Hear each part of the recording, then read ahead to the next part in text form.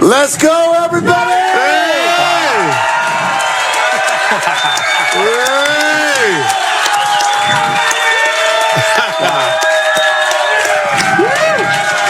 Yeah! How fun is this? Football! Football is here, and so is the whole gang. Say hi to Bonta and Joe! Steiny and Goo! And you already been kicking us around for a while, so all good. Red and Gold Summit is here, and let's get it on. We'd love to start out just with an opening thought from everybody. We'll just go in the order that everybody shows up on your day. So Bonta and Joe, what's up? Bonta, what do you got? Oh, baby, what's up, San Ramon? What's going on? I promise you we won't talk contracts or negotiations like we did this morning, right, Shasky? I'm kidding. It's good to be out here, man. What's up, baby?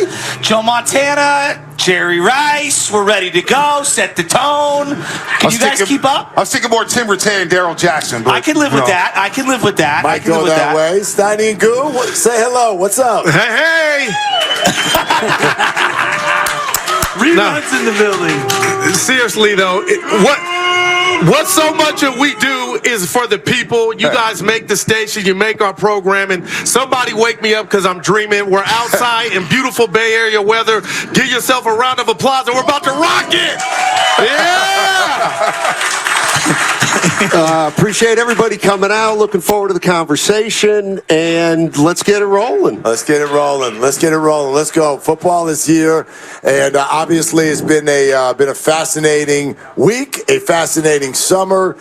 Cut downs just a couple of hours ago, and still some questions that are sitting out there. So, let's just leave it open for everyone, kind of where your head is at right now with regard to 49er football. Bonta, what you got? My head is, I'm expecting this team to compete for a Super Bowl. Why not? When you got Debo Samuel, Christian McCaffrey, George Kittle, Brendan Ayuk, this offense on paper looks to be as explosive as any offense since about 1998. I'm dead serious. So I'm excited about this offense carrying the defense early. Then when Bosa does get back, I don't believe he's going to miss Pittsburgh. We'll have another damn good team here in San Francisco, and we'll be talking about a deep playoff run. I mean, you got to get Bosa back. I mean, that's kind of the thing that's hanging over everything right now. It's like really the only thing hanging over everything. I know we can argue about kickers and worry about the fourth wide receiver or the slot corner. You bring Nick Bosa back, you're a championship contender. Everybody agrees with that, right? I mean, look, you got Pro Bowlers everywhere. All Proers. You can make an argument. You got 6 of the top 2 or 3 guys at every single position on this, 6 guys at their position who could be top 1, 2, or 3 in the league. This wide receiver core is ready. I mean, Bonta and I have been talking about it forever. Debo and Ayuk, I know there are some great combinations. Those guys are ballers. Ballers. And Debo looks like he's in phenomenal shape. They need George Kittle to stay healthy, as obviously, this year. But Christian McCaffrey changed the offense. To me, he's a game changer. He might be the best player in the NFL.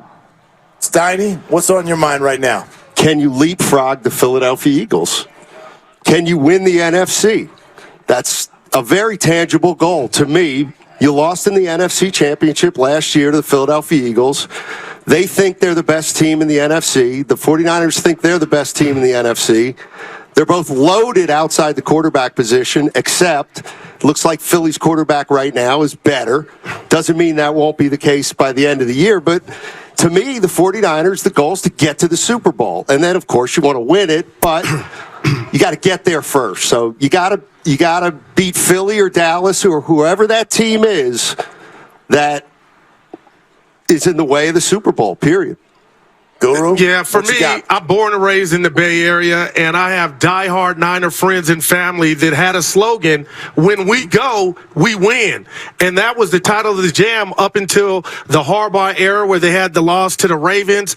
Then you had the loss, it shouldn't have been a loss to the Chiefs where you had a 10-point lead. You had the Heartbreak Hotel in the NFC Championship game. And we all look at life different. And I wake up every day, and I'm not going preacher on you, but tomorrow is not not promised. I understand Kyle Shanahan is a great coach. They're loaded like a great happy hour. But, Mark, I do wonder, when is he going to kick that door in? And like Bonta just talked about, they got thoroughbreds on the offense and the defense. And, damn it, I got my standards high. So I'm watching the Niners this year go back and pay revenge on Philly or whoever it is so he can get that hardware, because this is tomorrow's not promised. I think you speak for a lot of people there, for sure, with the hopes at least, if not expectations for this year. Where's your head at?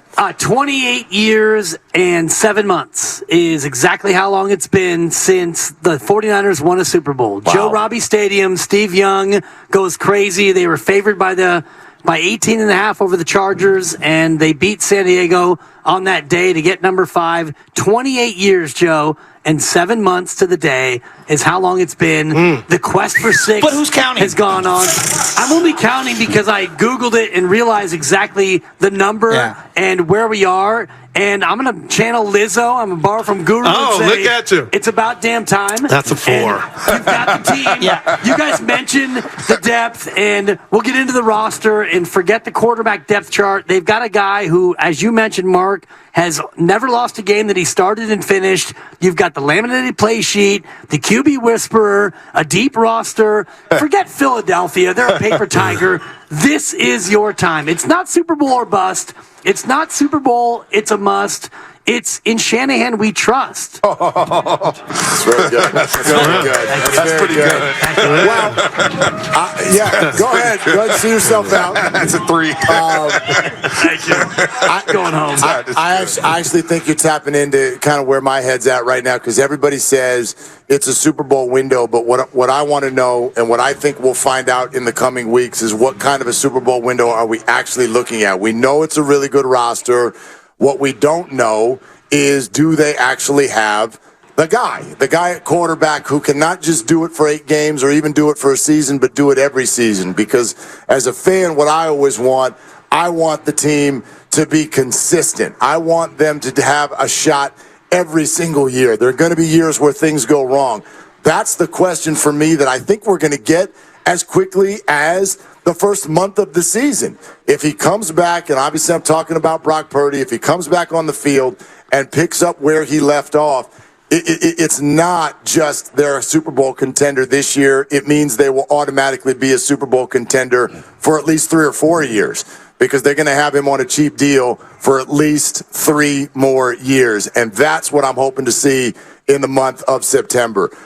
We have already vowed to our audience here, both in front of us and over the radio, that we are not going to spend 2 hours breaking down the Dallas Cowboys third-string quarterback. Man. However, yeah, you're welcome. However, I wonder if everybody has a final sort of perspective or thought they would like to share about the way this has played out with Trey Lance over the last week or so. I think when you're talking about, Brock Purdy, and we'll know after a month, Jimmy Garoppolo had an amazing year in 2019. One playoff game, and their relationship felt like it changed forever, right? The Minnesota game. And then obviously things happen in the Super Bowl, and you look back, and you're thinking Jimmy earned an opportunity for a runway of 4 or 5 years, and it changes overnight. You think that Trey Lance is his hand-selected guy, and he's going to have an opportunity, and he never gets it. So with Shanahan, I'm kind of at the point now where it's just year to year. Let's just take this year to year. Let's see where this goes. The salary cap is all over the place. Trent could retire tomorrow. Defensive players could go down. We saw that during the Harbaugh era. So I don't really care about a 3-4 year window. Try to win the Super Bowl this year, And to Matt's point about Philadelphia got to get out of the East first. The East looks really good this year. So I know we want to target them like it's 1992, Cowboys, Niners again in the NFC Championship game. This division for the Niners feels a lot softer than in years past, and I think they have a cleaner path to get to the playoffs than Philadelphia. Let's see where both teams are at in January. Anybody else have a burning Trey Lance thought they'd like to get out there? I'll say this. The great rapper Eminem said, you got one chance. Trey got one chance. I feel bad for the young man, and it didn't work out for him. So he's out of town. He's in another locale, but this Bay Area and the Niner fans are going to root for their 5th championship. We have got a lot to get into with regard to the structure of the 49er process in front office. Nick Bosa, that situation, the kicker situation, Brock Purdy, much more to say about all of that. We are underway at the Red and Gold Summit at Fieldwork Brewing Company in San Ramon. Bonta and Shasky and Steiny and Gould and Willard and Dibs, and most importantly, all of you, thank you for being out here, and there's plenty of time and room for those of you who are still on your way. What a crowd. This is the Red and Gold Summit on 95.7 The Game. Yeah. Every business deserves a great deal. That's why, for a limited time, we're launching the Mobile Made Free event with Comcast Business Internet.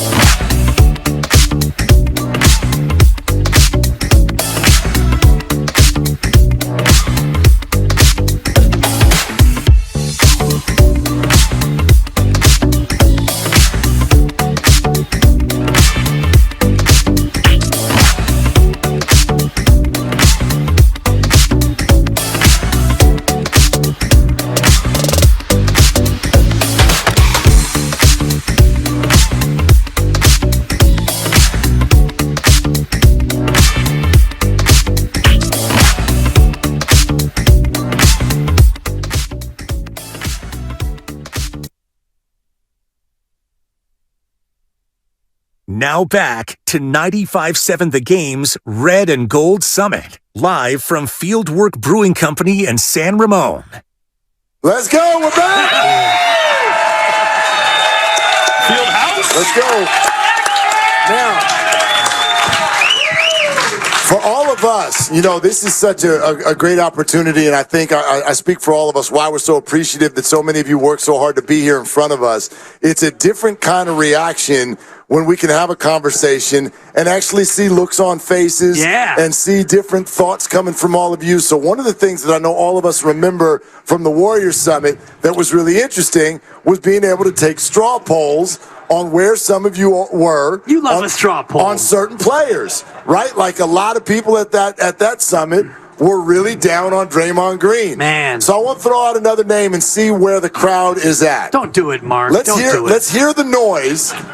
What kind of noise are you feeling right now for Kyle Shanahan?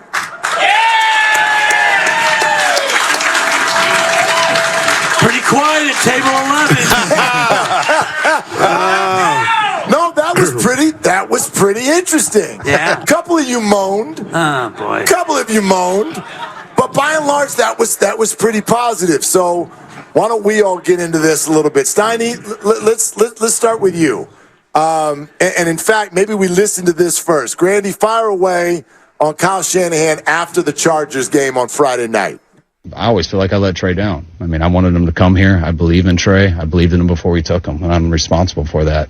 I didn't want to throw him into the heat of battle right away, but I thought he needed to play. So we tried to figure out every way to do that. I mean, if I can look back in hindsight, he broke that finger on a helmet on that fourth preseason game versus the Raiders.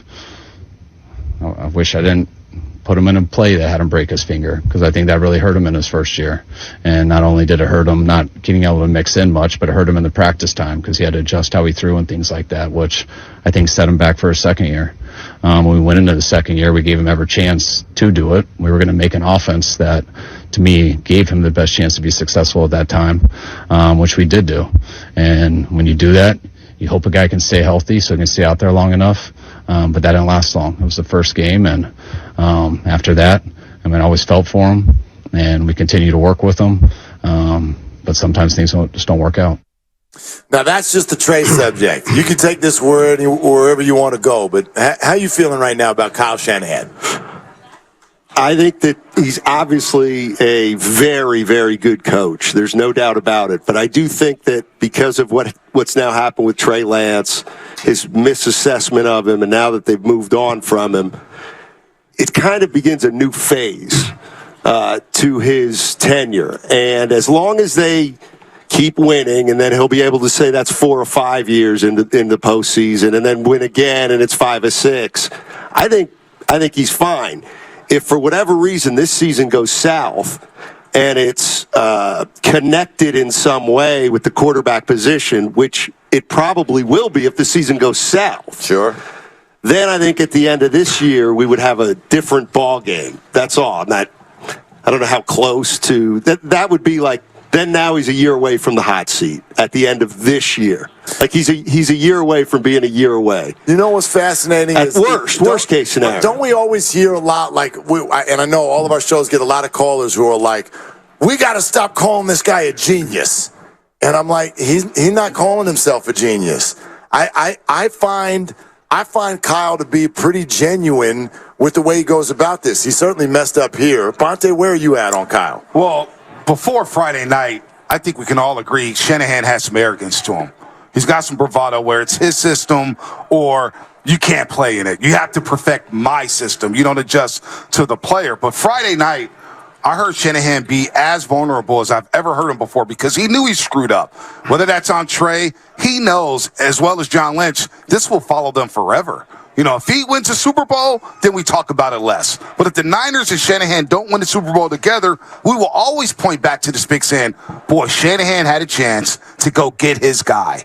And he whipped hard, which set the Niners back when it comes to depth and the overall perception. So, is he on the hot seat right now? No, absolutely not. I said the other day he could go 3-14 this year and still have a job next season. But it may expedite and warm up his seat if he does struggle this year. So I gained a lot of respect for him Friday night with the way he talked and said, hey, I let Trey down. However, it still doesn't give him a pass for this this blown pick, which is one of the worst in NFL history. Your partner was kind of smirking during portions of those comments. He always does. Well, what do you think? He always does. I want to know what was going on. What's going on in your mind? What's Joe going on in your mind? Smirky. I mean, every coach has flaws. Belichick can't draft a wide receiver to save his life. Bill Walsh had an obsession with quarterbacks as well, in a different way. Ira Miller, Glenn Dickey, 1985, 1986, right after a Super Bowl, we're writing articles about his ego's gotten in the way of things. Every coach who's worth their salt is going to have some sort of arrogance or ego about them. No one is perfect. And so if you were to go back to 2016, 2017 when they hired Kyle Shanahan, outside of winning the Super Bowl, what has he done that's pissed you off? They're one of the top 5 franchises in the NFL. They've won at the highest level. They've got superstar players across the board. You can get your kid one of their jerseys and feel pretty confident about it, as long as it's not a Trey Lance jersey. And I'm serious. Sermon. Like outside of winning the Super Bowl, No more Trays. No more Trey. outside of winning the Super Bowl, what is he not like? He's an A- at minimum higher since the day we got him. They were horrible. They were the 3rd team in a 3-team market, clearly, and now they are the kings of this area. And when it's Sunday, we all stop and watch. He's not perfect. There's times where play calls, we're driving ourselves crazy. 4th and 2, go for it. But I'd much rather argue about what we woulda, coulda, shoulda done in the NFC Championship game as opposed to going back to Chip Kelly and Jim Thompson. Well, it's fascinating. But isn't personnel half his job? So if we give him an A- as a coach, does that only represent 50% of his job description? Here's the thing, though. If you're going to say he has if you're going to say he has one of the most talented rosters in the game, which we all agree, I think he's done a pretty good job roster-wise. Show me a team that doesn't have misses in the 1st round, 2nd round, 3rd round. Right? But they've had a history of misses under Shanahan. For sure, but they also have some great trades. And they've been able to overcome them, and they get credit for that. But when you miss at the quarterback spot, now think about where we're going at. We're dependent on Brock Purdy, who played very good football last year, and I believe in Purdy now. I do. But we're basically trusting the franchise and putting it in Purdy's hands, who's a 7th-round pick and Mr. Irrelevant and making not even $1 million a year. Right. Yeah. That's on Purdy. So Shanahan is basically saying, you know what? I'm going to pivot. We're in year 7. We're still talking about the Willard, for you to Yeah. say he's not calling himself a genius, he is when you move up with that draft capital and get an unknown commodity out of North Dakota State. The message you are sending is, my genius can get this man up and running. Here's your next new franchise quarterback. And in 3 years, they're 23-11. They're gone. And Joe, 23-11. I can do 4 a case. playoff wins. Real quick, you said, what did he do wrong? He single-handedly, to me, his lack of play calling in the Super Bowl against the Chiefs is why you guys haven't hoisted up a Lombardi trophy. So that is why I can sit here and say, what has he done wrong? He blew that Super Bowl. He got you to the Super Bowl. Harbaugh got you to the Super Bowl. That's fine, but what Harbaugh got you to the Super Bowl. We want to win it. That's fascinating. It's not that it's not true. Go! Those are facts. No, one of them's not. The genius? Why do you take it that way? Because he's brilliant. When he makes a pick, he made a trade, and he messed the heck up. But why do you process that as arrogance? Because I trust his brilliance. They've literally said out loud, we have to go get someone on a rookie deal, or Fred Warner, or Kittle, certainly the McCaffrey trade. These things are now not happening. The Trent Williams trade, they're not happening. So this was, yes, a miss, but it was a strategic play. And I want to know why you process that as arrogance.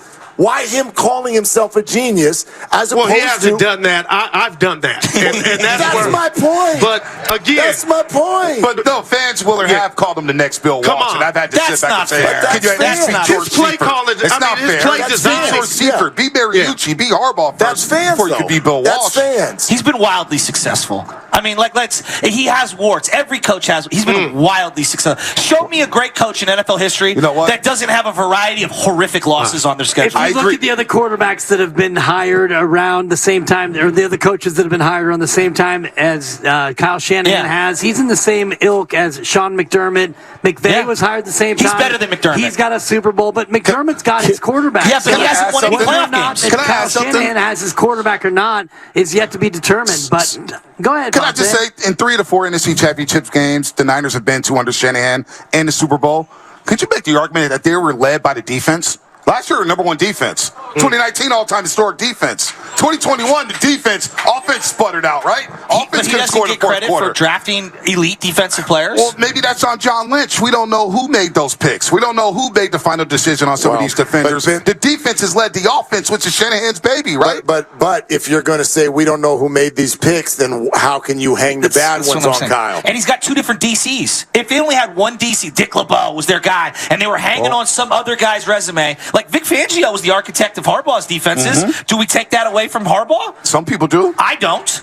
Kyle Shanahan. Building a staff is a skill. It is on record, actually, in recent weeks saying that he thinks the heartbeat of the whole thing is the defense. They went and got Nick Bosa. They think that a pass rush. Remember the year that the 49ers as a team, what was it? 2018. 2 picks. Yeah. 2 picks. And then the exact same secondary essentially came back the next year and had a truckload of picks, and it was because a pass rush arrived. Yeah, you went from Cassius Marsh to Nick Bosa. Big upgrade. Exactly. Where are you at on Kyle Shanahan? I think Kyle Shanahan's been fantastic. And, I heard Joe say earlier in terms of like where he ranks all time in terms of 49er coaches, and he's up there. He's not Walsh. No. Seifert inherited what he inherited, and I would put Harbaugh up there as well because of what he did in his short stint. But Kyle Shanahan has won, and yes, he messed up big time with Trey Lance and stuff. And you could hear him, and you could hear him say that. And yet, I don't think you can blame him for Trey without giving him credit for Brock because they did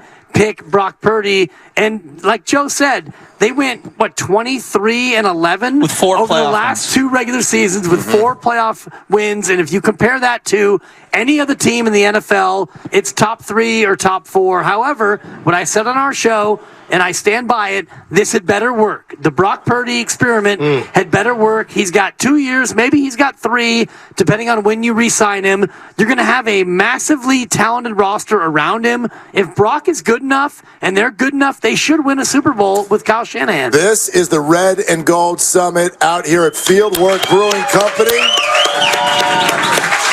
in San Ramon, and we got an active crowd out here, but I'll add, there's still plenty of space. This is a beautiful spot. The weather is perfect, so if you're just getting off work, come join us. We're going to be here for another 90 minutes all the way up till 6 o'clock, talking about everything having to do with the red and gold. Now, Bonta, you brought something up that we hear a lot of people say, and I'm curious about what it means to actually put it into action. When people say that Kyle Shanahan's getting a pass, what does that mean to you? Well, Guru talked about the Super Bowl, right? Super Bowl 54. And we heard through the Jimmy Garoppolo saga that it was Jimmy's fault because Jimmy wasn't good enough. And Guru touched on the Super Bowl play calling. We were in L.A. at SoFi Stadium when we saw the 4th quarter play calling. But yet we keep blaming the quarterback when it's Shanahan. Well, now those passes are gone. Brock Purdy's your guy we're all going to watch. You also married Sam Darnold as your backup quarterback, who's got 5 years of history of being a very inconsistent quarterback. So, yes, those passes, as Steiny, I heard him earlier today, they're basically gone now as we go through this next phase of Shanahan. And so the passes of, well, I didn't have my quarterback, I didn't have my guy. Well, go get your guy. And we went through 6 years of him. Was it Matt Stafford? Was it Kirk Cousins? Was it Jimmy G? Was it Brady? Was it Trey Lance? Who the heck knows? Now he fell into Brock Purdy. So those passes now of saying, hey, I don't have my guy, you just went out there and said Brock Purdy's a real deal. So now you got your guy. So now it's time to put everything together. Those passes are now gone. Steiny, you were talking about that earlier today? What in particular? Yeah, it's Kyle Shanahan getting a pass. No, not necessarily getting a pass. I think, look, he's been here 6 years. Is he better than Harbaugh? He's on a par with Jim Harbaugh. I think that it is time for him to get the quarterback, and his latest thing is Brock Purdy. I'm not. It can only, like as the old Chris Townsend said, all you can do is let it play out this year. That's all you can do. Nobody's getting fired. Nobody's, but there's pressure on. There's pressure on to have a really good season, and kind of quarterback be damned. Even if Purdy gets hurt, it's like he's not going to get the benefit of the doubt that maybe a coach who's only been here 2 or 3 years would get. Well, that was an interesting. But go ahead. the thing that I was thinking when Joe was talking is the one thing about Kyle Shanahan that I do believe, and I think it has to do with the fact that he's Mike's son, is I do think, generally speaking, in the media, he's overpraised. He's got a lot of friends in the He's media. That is overpraised, undeniable. and for we brought up McDermott, and you go, well, Kyle's better than McDermott. He is. Why? Like, because his who team knows? win big playoff games when they're favored. Well, they went into they're Green both Bay in five. and They're kicked both Aaron only Rodgers' 5 butt. years, but they're both they only beat Dallas 5 2 years in a row. Yeah, but they're both only 5 or 6 years Buffalo's into a has to career win. that could be that they could have 20, 25 years. I think most people would say the assessment that Buffalo has not performed outside of No that doubt. one loss to Kansas City. They have not performed in the playoffs. But what if Buffalo they would've barely run- beat a backup quarterback with Miami. They got 2 losses to Kansas City. I That's get no that, slight. but that's my point. It's like, okay, so Kyle's got a better playoff record as of right now. That could change in 2 years. Well, I think some people look at it this way too. McDermott has his clear franchise QB. Right. So does that make Kyle a better coach? So that's the question. Some people will say, "Hey, Kyle, your job was to go get your Josh Allen, And what you happened? Then you haven't done it yet." Or others will say, "Who's the other coach in the NFL who can win without a great quarterback?" You just gave him a pass. No, he I hasn't didn't. done it yet. He had the opportunity and it failed. The guy's on Dallas. So how am I giving him a pass? What's the But ramifications for that? What do you want him to do? Would you like an No, apology? I just want to hear you say he messed it up. I've said it a billion times. Well, He I got said news it. There's for no you. arguing that. A quarterback's not going to drop out the sky. They're not going to have the third pick anytime Right, soon. but so Brock Purdy or it bust, is- Mark. It is, of course. Okay. But it's Or also completely, you're right. It's fair. It's fair to look at this from 2 different lenses. You can look at it and say, Kyle, your job was to bring in a QB, Gotcha. which is different than calling plays. Or the other thing is to say, who's the other coach in the NFL who can and is winning without an elite QB? Who's that Joe guy? Gibbs and Bill Parcells back in the day. I mean, we're talking randomly back in the day. They won Right, with multiple right. quarterbacks. Don Shula did John it. Harbaugh but we're did talking it with about a Joe different Flacco. era. Yeah, in totally. the most recent era. Exactly. But the Harbaugh thing- won it with Flacco. And I It's give a the Jimmy. worthwhile. That's a worthwhile point. I give Kyle credit for the Jimmy era. People scoff at it and laugh. I give him credit for taking Jimmy to those heights and the Niners under Jimmy Garoppolo. I mean, Steiny, you bring up an interesting one about is personnel half his job? I would actually argue no, because I think he's got more input from others on personnel than he does on, for instance, play calling. I also think Kyle might have a little bit of a bigger voice on offensive players than he does on defensive players. But yeah, he's calling the shots. Like, there's no getting around the mistake. There's no getting around the mistake. But Purdy's helping, though, because he looks like he might be the right, real The whole deal. roster's helping. And you can look at Hufanga, and you can look at Kittle Wait, and did you just say Greenlaw, and all the Kyle way doesn't down. have a lot of input on the defensive players? I said he has less than on Less? offensive. Okay. Less. Okay. I think we put too much No, hold on. credence into what Kyle does. You guys are great. No, I'm honestly, just saying. do any of Offensive us know players, that's his definitively, specialty. well, like who makes the call on every single player?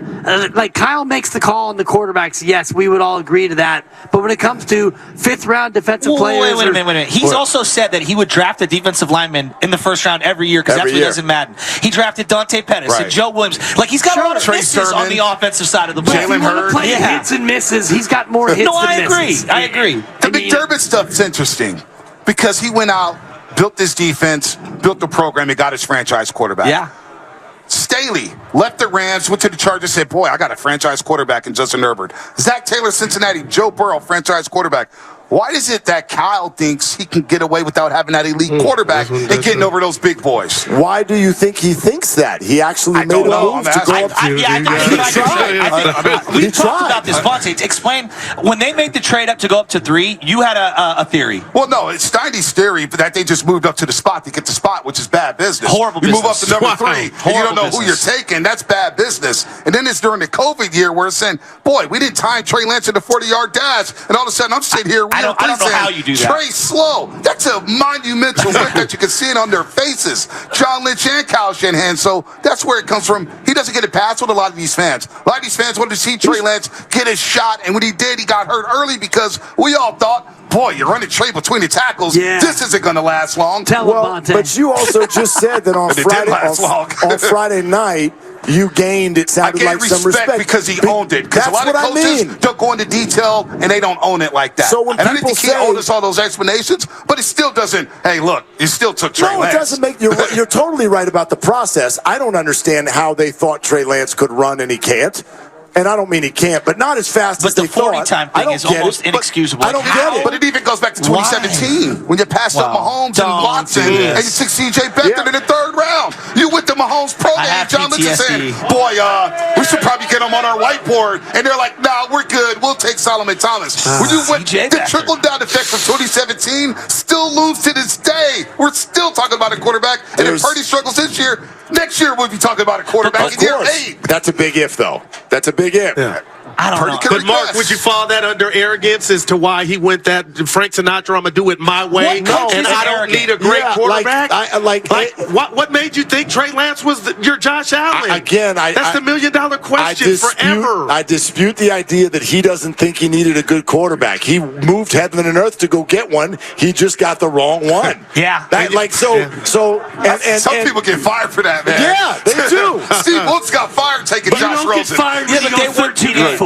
Yeah, they beat the Niners twice and won 2 games, and he was gone. But you asked me, do I file that under arrogance? And I'll give you two answers. In many ways, no, because he's just trying to go get a quarterback and he missed. But my other answer is I don't care. Why would I care if Kyle Shanahan's arrogant? Are you telling me that Draymond Green's not arrogant? Are you telling me that Steph Curry is not arrogant?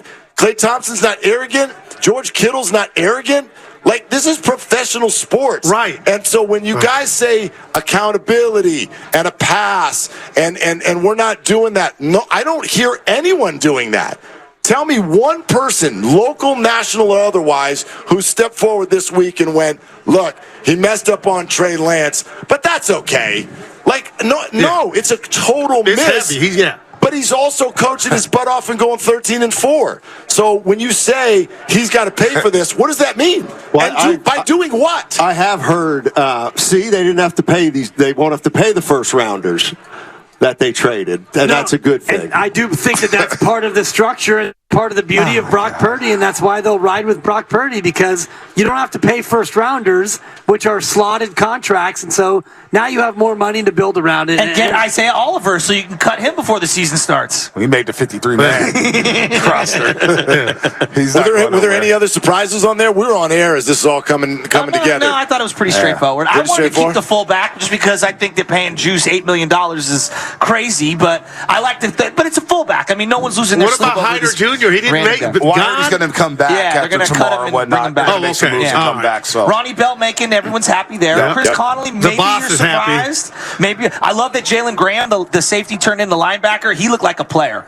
I'm glad they kept him. And you got to have a fullback when you run 21 personnel as much as they do, and that's exactly what Kyle likes to do. And until Kyle wants to change his tune, then Chris Conley, fine, whatever, and all the other receivers that you want to keep or not keep. Well, you're running 2 receivers, maybe 3 with Juwan when you need him. You're never going 4 wide with this team. Kyle did make a reference to they were going to tailor the offense around Trey Lance if he could do some things. Would that have impacted Juszczyk? That would have meant they would go 22 personnel and 2 tight ends and 2 running backs, and they would have run like the and they would have run him into the ground in between the tackles. Earl Campbell. Exactly. But no, that's an interesting point because they drafted Danny Gray for Trey Lance, and it feels like he's useless. Yeah. I mean, I'm just being real. That's a 3rd-round pick that doesn't feel usable. All right, Red and Gold Summit, San Ramon, Fieldwork Brewing Company. Let's hear y'all. Look at this crowd.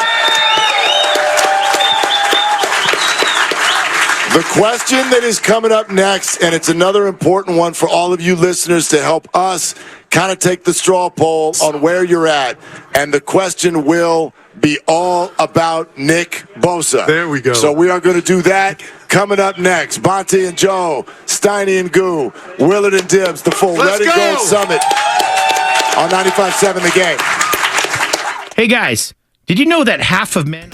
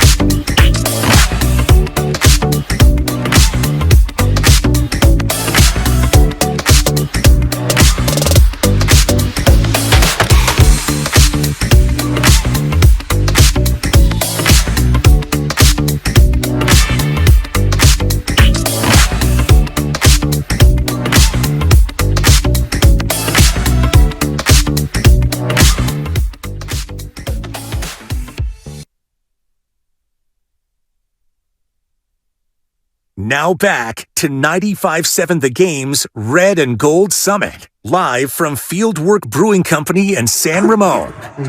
Let's hear you, San Ramon. Come on. Let's go! This pizza! Oh my God! Let's go. Red and Gold Summit, Fieldwork Brewing Company, 95.7 The Game, all the shows, Bonta and Joe and Steiny and Goo and Willard and Dibs, and most importantly, all of you. Thank you again for being here. Thank you to those of you who are listening on your way. By the way, we have some special thank yous, some supportive corporate partners out there that we want to say hello to. Sergeant Randy White from Oakland Police Department is here. Yeah! Where you at? Thank you, Sergeant. Thank you very much. Rashmi Vinod Kashyap from QC Kinetics. Let's go. Where you guys at? Thank you very much for being here. Nubile from East Bay Law Practice. Let's go. Hello I need a and lawyer. thank you. Thank you. And Latanya Lawson from Celebrity Cruises. There you go. Thank you for being here. Absolutely. Willard, have you tried the pizza here yet? Fantastic. Have you tried the pizza? Yes. We got so many guys It's on the really soda good. diet now. Hey, None of them are eating I know. pizza. I'll take your leftovers. Many cameras, Joe. I'll take your Did you guys leftovers. get a chance to Bonta, see? oh, We got a lot boy. of celebs here. Oh, but, baby. Doc Pandia. Dr. I saw it. Yeah. Doc Pandia over there on the side. Scooter Berry in the house. Scooter Berry, yeah. Phil on Mike. What about Phil on Mike? David Chang, Xavier, all you Hey, where's my guy Dave at? There he is. Philmo Mike's dressed like a Christmas tree. I called He's it got the Don Bruno. I ain't dressed like an OG. Yeah, Look at the dot. What's up, Unc? What up, Unc? I asked Doc Pandy, I said, if Shohei was worth 600, what's he worth now? He said 300. He might be right. You know what? Doc Giants Pandia. tax still And then- 500. There's also this. Keep it $50. Oh. This $50 bill will be carried around by someone in this group all football season long, except for Steiny. Because What's that mean? it is directed at you from Grandpa Daddy, one of our good listeners. Yeah. He has said that this $50 is attached to the 49ers making the Super Bowl. Not winning it, but making it. Okay. Brock Purdy has to stay healthy for the season. Oh, boy. And if he does, and the 49ers make the Super Bowl, he actually would like to just donate this $50 to the station. I don't know if we've got just like a little fishbowl. But if the Niners don't make the Super Bowl, you get this $50 bill, Steiny. So in other words, I'm not out 50 no matter what. No, you don't have to worry. But Well, look at I like it. But you can root against the Niners, which we know you want to do anyway. Absolutely exactly. not. Absolutely not. Mavericks in 5. Hey, by the way, let me just throw this one out there for you. Here's when you were talking Normally about. Mark leads the way, but go ahead. Go ahead, Steiny. Go ahead, No, we're Steiny. good. We've got 4 A He's a chairs. point guard, yeah. Of sorts. So we're talking about Kyle Shanahan and the quarterback position, and it's his 7th year. Now I get it; it's not that long, but the older people here, you remember Don Nelson? Yes. Remember Don Nelson? So Don Nelson was a Hall of Fame coach. Great, he's a genius. We all acknowledge that. For his entire career, he was looking for this big guy, and back then, big guys were important, similar to the quarterback position. And he was in Milwaukee, and he had Bob Lanier, but Bob Lanier was a little later in his career. Then he tried to draft Alton Lister, but he got Chris Webber. But he clashed with Chris Webber. Steiny, bring it home. By the time he got to New York, Patrick Ewing. I'm starting to think that we're at the point with Kyle Shanahan. When is he going to find the right quarterback that he likes? Because he's got a built-in excuse in a way with all of them to have gotten to this point. Will he ever find that right guy? I think it's a really fair question, and I like the analogy. But, I mean, John Madden waited 9 years to finally get over the hump. And we look at John Madden like a legend. I know the eras are different. The money is nuclear at this point. Yeah, his quarterback, though. Yes, he did, but they kept losing to the same handful of teams over and over. And then I look at someone like Andy Reid, had a quarterback. He was wildly successful in Philadelphia. had a different quarterback once he got to Kansas City and ended up being Alex Smith, and then finally got his guy. Do we look lesser of Andy Reid now, years later? But Philadelphia fans could give a rat's behind about those Super Bowls in Kansas City. They still got that heartbreak of 100 NFC championships and one Super Bowl. It's true. Well, and to that point, I think a lot of times this is a more familiar story than we realize. You think you've got your guy. A city thinks you've got your guy.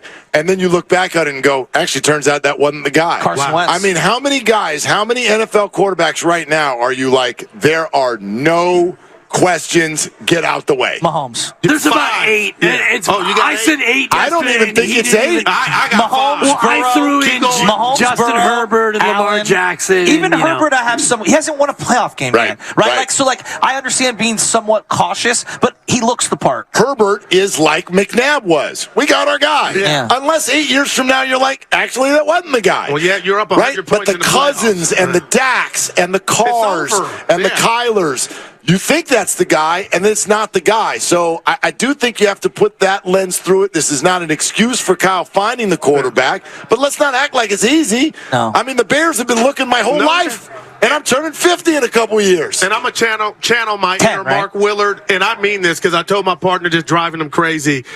I can have perspective. I love that word. I can criticize Kyle, but I cannot ignore the fact that Brock Purdy looks like he's the effing real deal. It ain't about how far you can throw it. It's the Wi-Fi, the quick reads. He looks like he's about to be the dude, man. You can't ignore that. That's true. And it makes this That's season true. fascinating, but he's running, even in the preseason game. Boop, boop, boop. Boop, boop. I know where to go with it.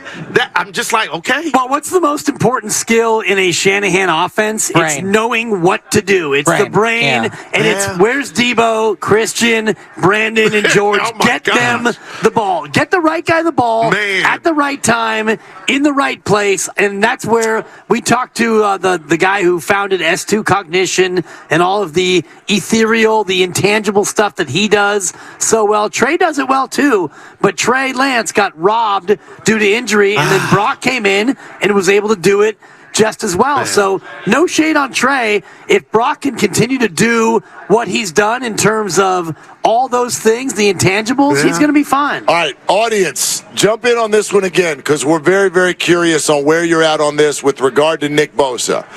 We all admit we have no idea where the negotiations are. We don't know what's being offered, what's being demanded.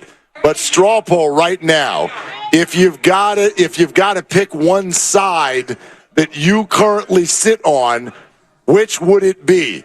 Are you on the side of Nick Bosa? Nick Bosa's side?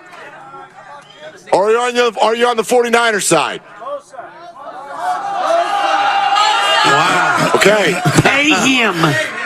Pay that man his money. What if you try to get Why do we have to quarterback pick sides, though? Ooh. We don't know who's doing what. We don't know what the money is. We I'm don't know with what you. the years are. So I think it's unfair to say whether the team Niners or team Bosa. Our team just get the deal done and get them in Pittsburgh September the 10th against the Steelers. Do you know, like, that's all I care about. I'm totally I with you, but color you is that guys, jersey? the two of you have had a bunch of debates about this week, and I think the reason fans and Dibs, I know you're on this side too.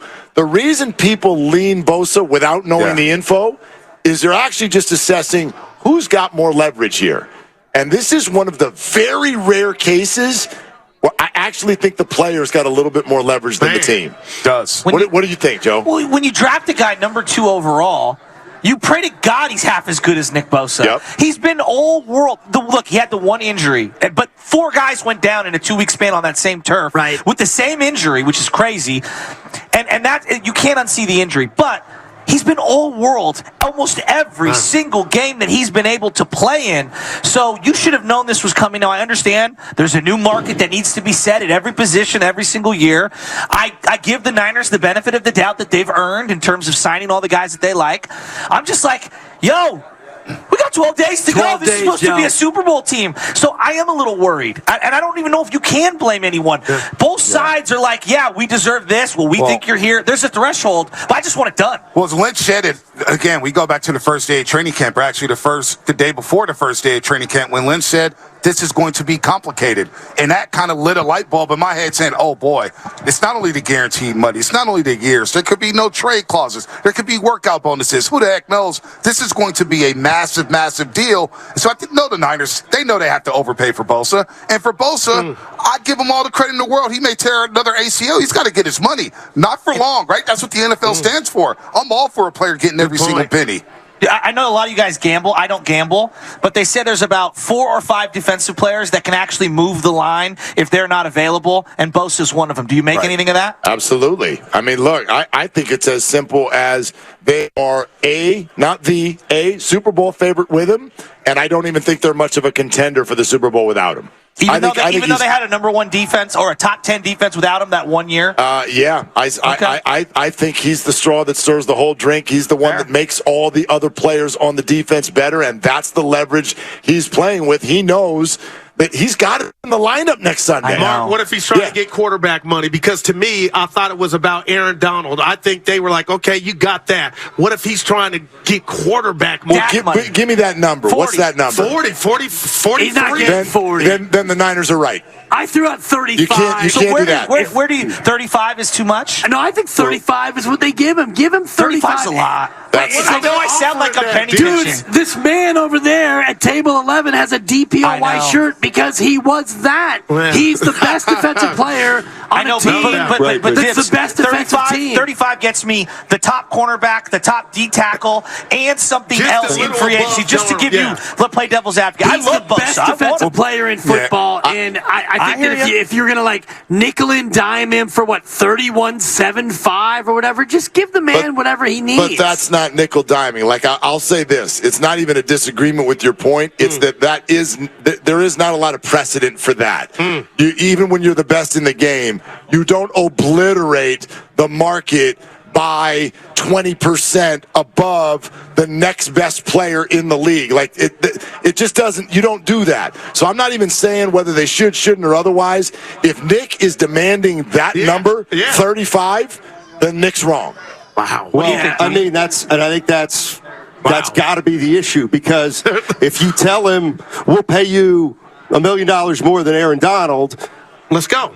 I don't think there's an issue. But clearly he's got to be asking for more than that. Can we all agree? Right? The Niners aren't being cheap on this. No. Like, we can all agree there. What makes you say that? Rap sheet said the offer is, quote, substantial. Yeah. He's going to get paid. It's just a matter of how much. Exactly. Right. I don't doubt that they're not in the ball. They're not like, we have you at $20 million a year. Like, no, they're not doing that. Of course. But if you're going to pay Bosa, you're going to pay him knowing full well that he makes everyone else better. Eric Armstead does not have a rejuvenated career without Nick Bosa. And if you want to be a nasty defense, a defense that's good enough to have a nickname, and we talked about this yesterday, you want to be a good enough defense to where you have a nickname, Legion of Boom and Steel Curtain and whatever else you want to, Purple People Eaters, whatever you want to talk about in terms of nicknames, all that, you need to have this anchor piece in there. So give the man his money. Well, we want to say thanks to the Los Altos Village Association, our sponsor. Stroll through beautiful downtown Los Altos while you enjoy craft beer and live music at the Downtown Beer Stroll, Friday, September 8th, 6 p.m. Sponsored by Los Altos Hardware and State of Mind Public House and Pizzeria. Tickets and info at downtownlosaltos.org. A reminder that you're listening to 95.7 The Game, KGMZ FM and HD1 San Francisco, always live on the free Odyssey app, Twitch and YouTube, powered by First NorCal Credit Union. All right, we're going to go through to each of the 6 of us, but the crowd first. Oh. Here's a fun question. Okay. And the question is, and I'll give you all the candidates before we do a round of applause to show where you're at. But if the Niners are to go to or win a Super Bowl, assuming everyone is healthy, who is the most important player for them on the team this year? Here are your candidates: Brock Purdy, Deebo Samuel, Christian McCaffrey, Nick Bosa, George Kittle, Fred Warner. So pick one, and let's go for... That's what I'm saying. There you go. Let's go for, by a show of applause, is the most important player Brock Purdy? Wow. Wow. Is the most important player Deebo Samuel? How about Christian McCaffrey? Okay. Whoa! Wow! Nick The Indian Bosa. voice. Wow! George Kittle. We love you, George. How about Claire Kittle? Shout out to the Zenny sunglasses. Good job, Dibs. Appreciate it. Fred Warner. Fred Warner. How about Kurt Warner? That felt like McCaffrey 1, Yeah. Purdy 2, Yeah. Bosa 3, Debo 4, Kittle 5, Warner 6. I'd say Trent Williams 4. Okay. I like that. I heard a certain Trent Williams coming up in the front row. Shout out to the I've lovely. told you all along, and I firmly believe this, and I'll say it in front of Fieldwork and all you here. The quarterback on this team is not as important as it is on other teams because of all those other names you mentioned. You could go to Sam Darnold, and you could do just as well. They went to the NFC Championship game last year with QB3. And I think that tells you all you need to know about how important the quarterback is. So for me, it's McCaffrey 1, it's Trent Williams 2, Bosa 3, and then Fred Warner would be 4. Bonta, you've been too quiet. What do you think? Oh, I'm letting you talk. No, I can tell you're ready to get in here. Well, everyone's going to get their piece of pizza on this one. So offense, 3 yards in a cloud of dust. We're running the clock off the top. Listen. No, who's the most important player for them? Christian McCaffrey. Okay, why? He sets it. As much as we just talked about Bosa making the game easier for everybody, think about Christian McCaffrey. And I always cite Chelsea. I cite this one play against the Rams. He goes out in the flat, 53, and another linebacker from the Rams. Oh my God, there's Christian McCaffrey. George Kittle walking up to see him by himself, wide open. He spaces the field for everybody. Everybody gets to see one-on-one covers because of Christian McCaffrey. And the defense, you got to decide: do you want to play 8 in the box? Do you want to play 7? How do you want to play this? Because you have a weapon like Christian McCaffrey. So he makes this offense go. He takes it to the next level.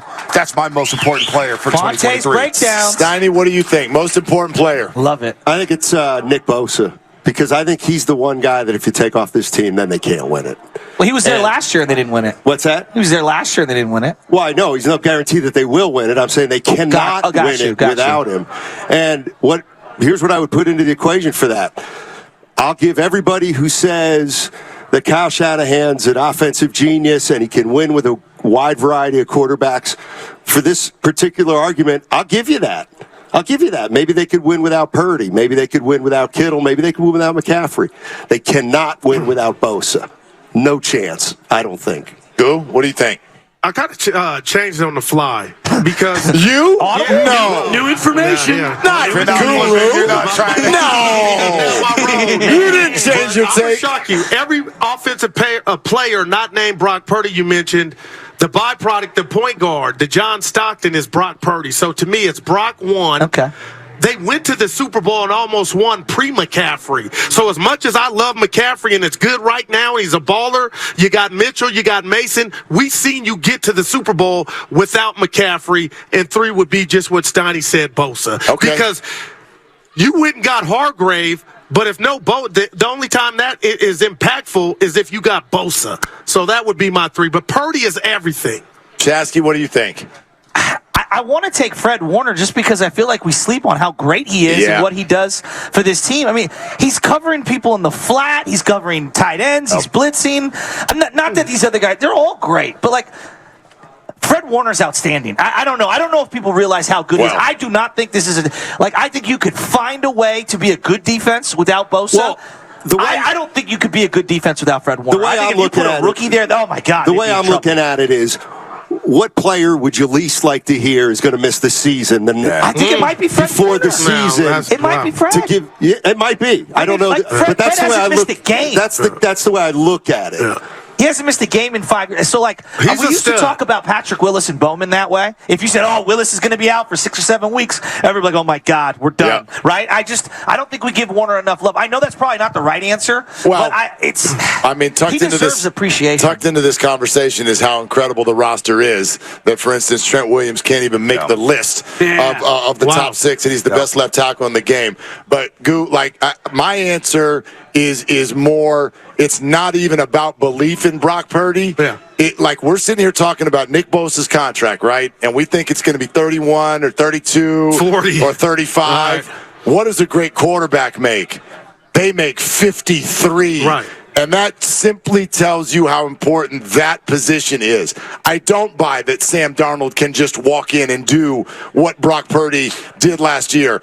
I think we're forgetting that even though Jimmy Garoppolo was in a Super Bowl before and was on a tidy little run last year, we're forgetting how much this team elevated from Jimmy Garoppolo when Brock Purdy walked in last year. I'm not saying he's the best at his position like many of these other names are, but you're right. Debo and Christian and Brandon and all these people, George, they don't get the ball if Brock doesn't get it to them on time. You can't have Yak if you don't get the ball in the right spot at the right time. For me, the quarterback is almost always the most important player on the team. And I'm gonna steal a line from the great Beyonce. I am drunk and crazy in love with this Niner offense, and I'm going to give Bonta some credit. I'm in Las Vegas. We're in Vegas last weekend. Were you drunk and crazy Bonta there? sends a tweet out, and just think, this Niner team had Roger Craig, Jerry Rice, Joe Montana, and he said this Niner offense currently is lethal, and I feel that. And I'm just saying the Niners have lost some depth on the defensive line. They got a question at the nickel corner spot. My point is, I don't think this D has to be as great as it had to be in the past, because this offense is Ferrari-like. Like, until I see it slow, like, get stopped, how good does the D really have to be? That's the rat on the table. Shout out Atco. The Raider game on New Year's Day, the defense was bad. Yeah, but the Dallas game in the playoffs, which playoff games are way tougher. No doubt. That defense was ferocious. They knocked out Dak 2 times the ball. He threw terrible interceptions. They took out Tony Pollard. Like, the defense, not that Brock didn't make plays. He did late in that game. That defense held down a great Dallas team. They're the best. That team was really good. It is the Red and Gold Summit, Fieldwork Brewing Company in San Ramon. Glad you are all with us. You've made your plans to be here. All right. Bonta, you and Joe, you guys got to lead the way on this one, because you made such a very large deal about it for much of the season last year. Well, you were ringing the bell for Christian McCaffrey before it happened. So wait, do they matter? What's that? Running backs. Of course. All right. Of course. We got Willard doing something. However. Tell me how you did it. Walk me through it.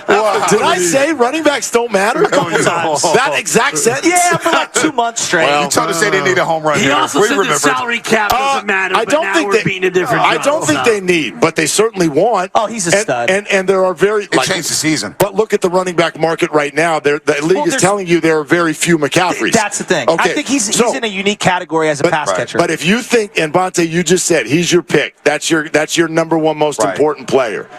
Let's focus on him for a second, and in a couple of different ways. This regime, I would argue, has been through a rough couple of weeks in terms of what people have said about them. But it was less than a year ago that they pulled that off. Right. How does that factor into the conversation? I think it should factor into it. This regime has made blockbuster moves, starting with their first ever draft, going from 2 to 3. Now, whether or not they took the right player is another conversation, but they swung a big deal for D Ford. They swung the deal for McCaffrey. They signed Quan Alexander to big money. They've swung and missed. They've swung and hit on some big time moves, and knowing that, boy, we can't run Debo Samuel on these jet sweeps like we did a season ago. Boy, they figured out Debo Samuel opposing defenses. We need another playmaker, not knowing whether or not George Kittle's going to be healthy, and not knowing where Brandon Ayuk is. That was a big-time move there by the 49ers, so they get credit. And they've done that throughout this entire run. I want to make that clear. They make big moves, and they make bold moves here, so they get credit for that. If you were creating a guy in a lab for Shanahan, it would be Christian McCaffrey. The one-cut speed, the toughness, the vision between the tackles. Everybody knows he's great in fantasy. But when you watch him, he's just a complete back. What's the hole in his game? Like, I'm like, seriously, he runs better routes than everyone on the team not named Ayuk, right? His hands are as good as anyone. I would say health, that's all.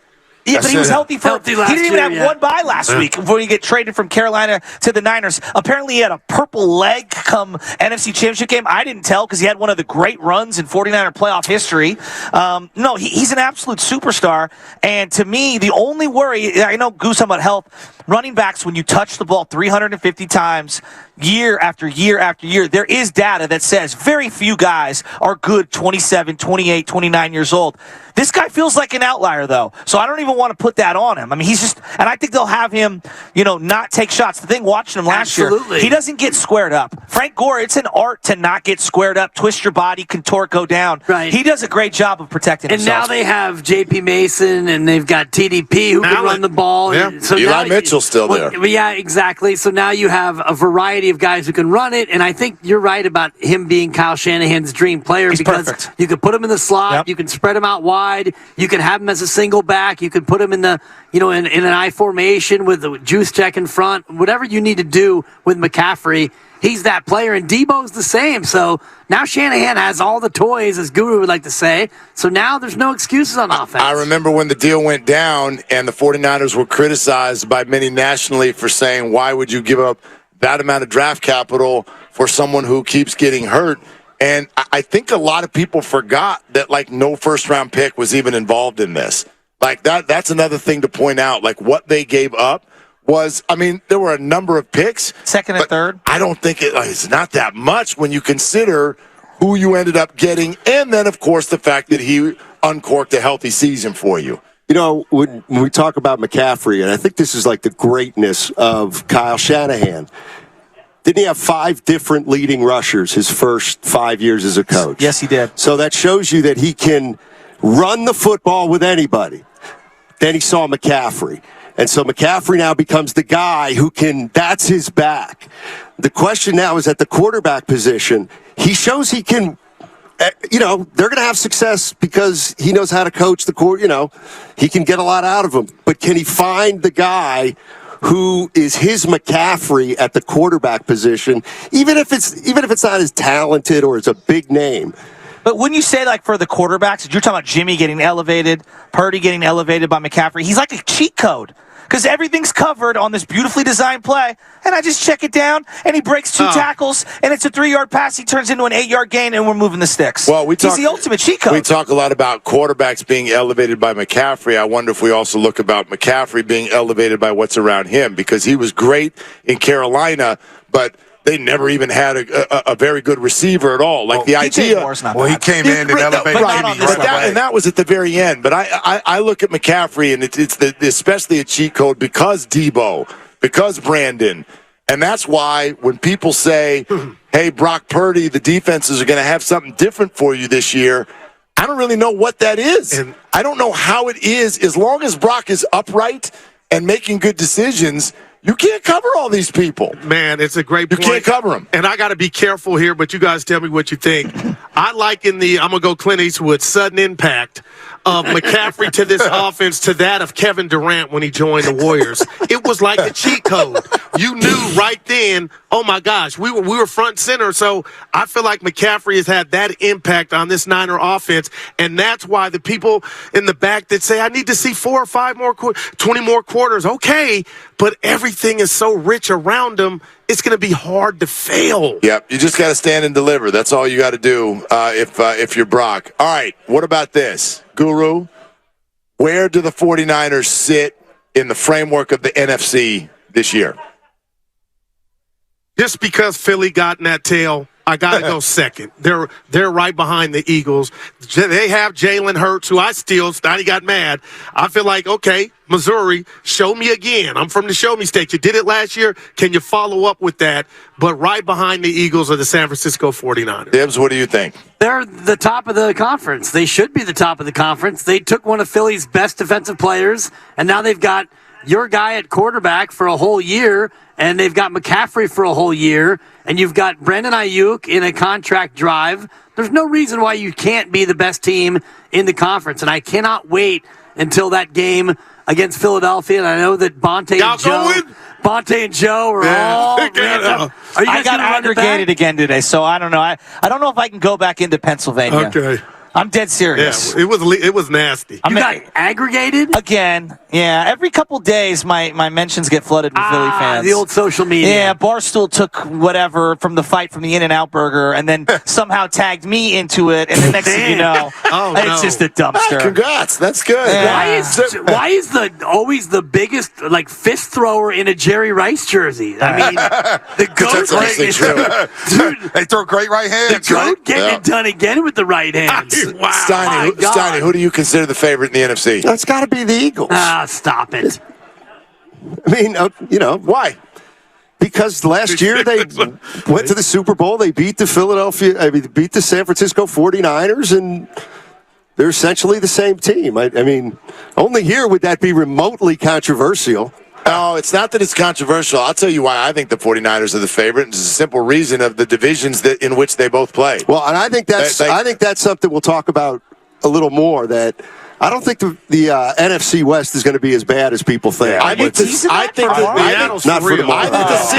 I'm kind of with you. I think the Seahawks can play. I think Arizona is fully focused on Caleb Williams. And I think that the Rams are going to be, if they're healthy, they'll be more productive than they were last year, but they're not a threat to the 49ers. Well, it's about what you go in your division. They're not, of course, Arizona's not going to be a threat, but they can't beat you once, is what I'm saying. I don't think Arizona can beat them once. Well, I don't either at this point. Yeah. But can Seattle? Colt McCoy did beat you a couple years ago. Well, can the Rams? Joe, he's not on Arizona I know, anymore. but I'm just saying, Right. it's easy to say, you should beat these guys. I mean, they swept the NFC West last year. I didn't see that coming. And maybe it's a game where, Darnold's got to play for 2 or 3 weeks or something like that, and he struggles. I would just say, Joe, you said it about does Philly even get out of the East a few minutes ago? Division. It is. It's a tough division. Even the supposed bottom feeder in the division, I don't think Washington's got it. They got a good defense. Yeah. I don't know if Howell's going to be able to play. They got good guys at the skill positions.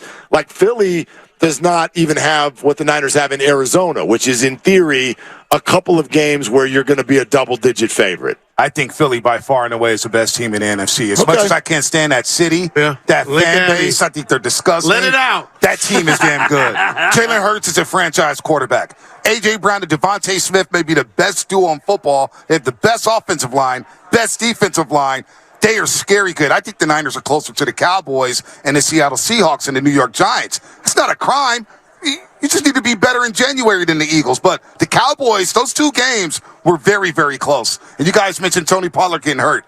I believe if Tony Pollard doesn't get hurt, the Cowboys go to Levi's Stadium and beat the 49ers. They do. The Niners are stuck. I think their defense is flying around. I think Dallas' defense might be better than the Niners. It pains me to say and that. Seattle, people their forget. front is good. That wild card game. That wild card game. They were winning it. Seattle was driving. You guys wouldn't let me get away with that. And you have to acknowledge the personnel. Yeah. I'm just saying, the front 7 dominated. Turn it on the road. They dominated that game, Dallas. Hey. And if Dak doesn't turn the ball over twice, watch the game back. You guys don't think Seattle's better? They had a lead Seattle had at a really good halftime drive. in the playoff game. Seattle's on your good. turf. Seattle's good. Late third quarter, they were driving. So the Niners are closer to the Cowboys and Seahawks. And I think it's Philly and it's everybody else in the I worry NFC. about the Giants. I think the Giants are a sneaky, very good team. I think Brian Daboll is on to something. No one thought Daniel Jones was good. I'm very impressed with them. They've made some nice personnel decisions, and no one can reference any of their wide receivers yet. All they do is throw the ball. They got acquired Waller. Eagles' schedule is way tougher than the Niners. They have to face the AFC East, so they've got Buffalo, they've got Miami, they got the fighting Rodgerses and the Jets. So I think that Philadelphia, they're not going 15-2, and really the one game they lost late was a game that they gave up on. So Philadelphia's schedule much tougher, and I'm not buying into the Rams at all. Yeah, Seattle's a little bit better, but the Niners only have a couple of tough schedule spots. I think Seattle. You sure? They have to go to Jacksonville. I think Seattle's really They host good. Cincinnati. They host Cincinnati's Baltimore. a scheduled loss. They play Dallas. They play the Giants on the short week on Thursday Night Football. Their Niners' schedule not that easy. And how imperative is it that they get home?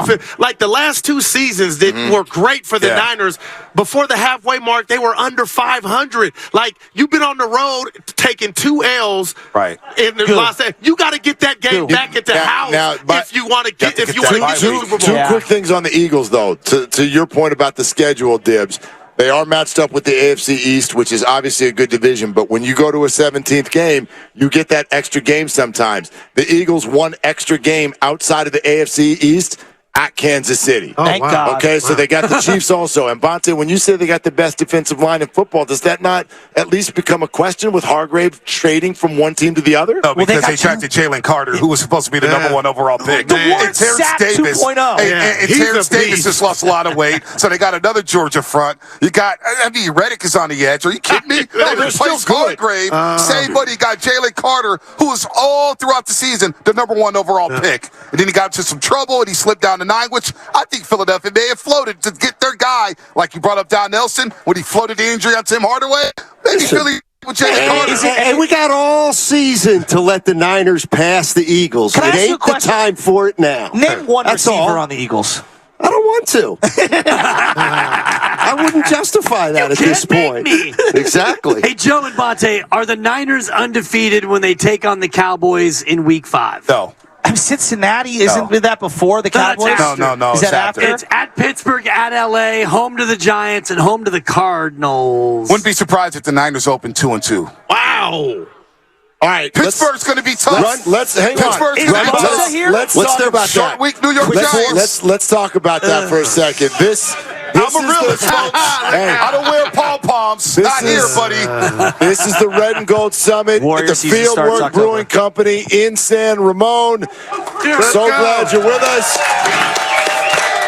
You're listening to all 6 hosts, 95.7 The Game, Steiny and Goo, Bonta and Joe, Willard and Dibs, and all of you. Thank you so much because you just mentioned those first 4 games. And, Joe, you mentioned the Giants, the home opener, which you think might be a little bit tougher than people Kyle think. Harrison. I think so. Let's hop through this. Isaiah Simmons. I know. The 49ers' first 4.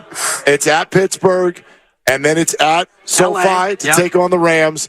Thursday night opener against the New York Giants, and then home to the Arizona Cardinals. Steiny, what's their record at the end of 4 games? I think they'll be 3-1, but because it sounds like they're really putting an emphasis on early in the season not to go 3-5 again to start a season. So, and they're going to be healthy, relatively speaking, outside Greenlaw. So, 3-1. Where's the loss? Don't make me sing again. The loss will be Pittsburgh. Okay. You say 2-2, Bonta. Pittsburgh and where? I said I wouldn't be surprised if they were 2-2. Okay, so what do you think they're going to be? Well, Pittsburgh's an L. I've been telling y'all that since June when everybody said, oh, Kenny Pickett. Now he goes 13-15. Oh, you guys are going crazy for Kenny Pickett. So they'll lose to Pittsburgh. And I think that Giants game on Thursday night, I think they're going to spoil a home opener for the Niners. Wow. Something's weird about that game, man. Something's very weird. They got a really good defensive front. Short, weak, strong, play well against the run. Hufanga's injury, who's going to guard Darren Waller? Mobile quarterback in Daniel Jones. We all know the Niners struggle with mobile quarterbacks. They haven't been stuffing the run in the preseason. Whatever you want to make of that. They were the number 1 run D last year. I won't go about the preseason. I'm just saying. I won't go there. That Well, I won't go there. well, 2-2. I got 2-2 for the Niners. Yeah. Joe, where are you at? 4-0. Thank you, Joe. Just to be the homer. No, 4-0. in the jersey, I got him at 4-0 too. Yeah. And he was Me just with talking about me Pittsburgh. the other day being a total Yeah. optimism, right? Being total, huh? What were you saying? Pivot, What was don't that? panic, Bonta. Yeah, all right. Pittsburgh is the toughest game, but they get by Pittsburgh, and I'm not scared of Danny Dimes on a short week. It's the home opener. Levi's crowd on the Thursday night will be hyped. The Cardinals If we get there on time. The Cardinals are god-awful. I'm leaving after this. I'm going straight down there. The Cardinals are god-awful and miss me with the Rams. I got them at 4-0. And I do too. And I mean that. 4-0. And what's- Because, That's the and I'm jinx. assuming Bosa is back. I heard you, Bonta. I'm assuming Bosa is back. But they know what time it is, man. Their heart got ripped out. They didn't even rip. That wasn't the NFC Championship game. I know they know this year we got to start fast, quick, and in a hurry. And the fact that the Steelers have become the darlings of the NFL is too fast. I think they're 4-0 headed into that host in Dallas. Steiny, Yeah. you know good when he says that. You know it's an automatic L. Well, here's the thing. I was good when he said 3-1. I was You good when he didn't see said the 3-1. amazing Shasky Guru Dibs on the same page. That's not good, folks. Let's go, dude. He has. It bothers me. It does, brother. You took a shot at me about Brady earlier. I heard You heard that? Host on host crime. But no, Willard, what's your answer? 4-0. I really believe it, man. I'm actually going to say 3-1. I'm Who's going the loss? to say man. 3-1. Pittsburgh. I'm going to say 3-1 thought with you were the gonna say 5-0 acknowledgement after that four. they're the better team in each of these cases, but that's not how the NFL works. Yeah. They lost. And they lost to Chicago. They lost to Chicago. They lost in Atlanta last year. Bonta was there. Like there's stuff happens. If you go 3-1 in every 4-game set in the regular season, you're heading to the bowl. You know what I mean? Like that would be fantastic. That would be fantastic. Right. So I don't know if it's Pittsburgh.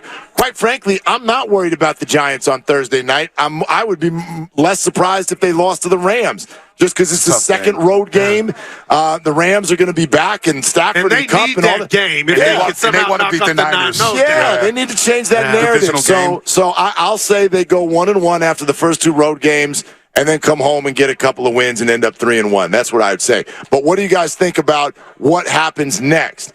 That's when things get very, very interesting on the schedule as you get to week 5. Home to Dallas. Here comes Dallas. Man. Okay, and then you've got back-to-back roadies to Cleveland and Minnesota, and what you've been calling a scheduled loss back home for Cincinnati. On a short week. That's 4 real teams now. That's 4 real teams.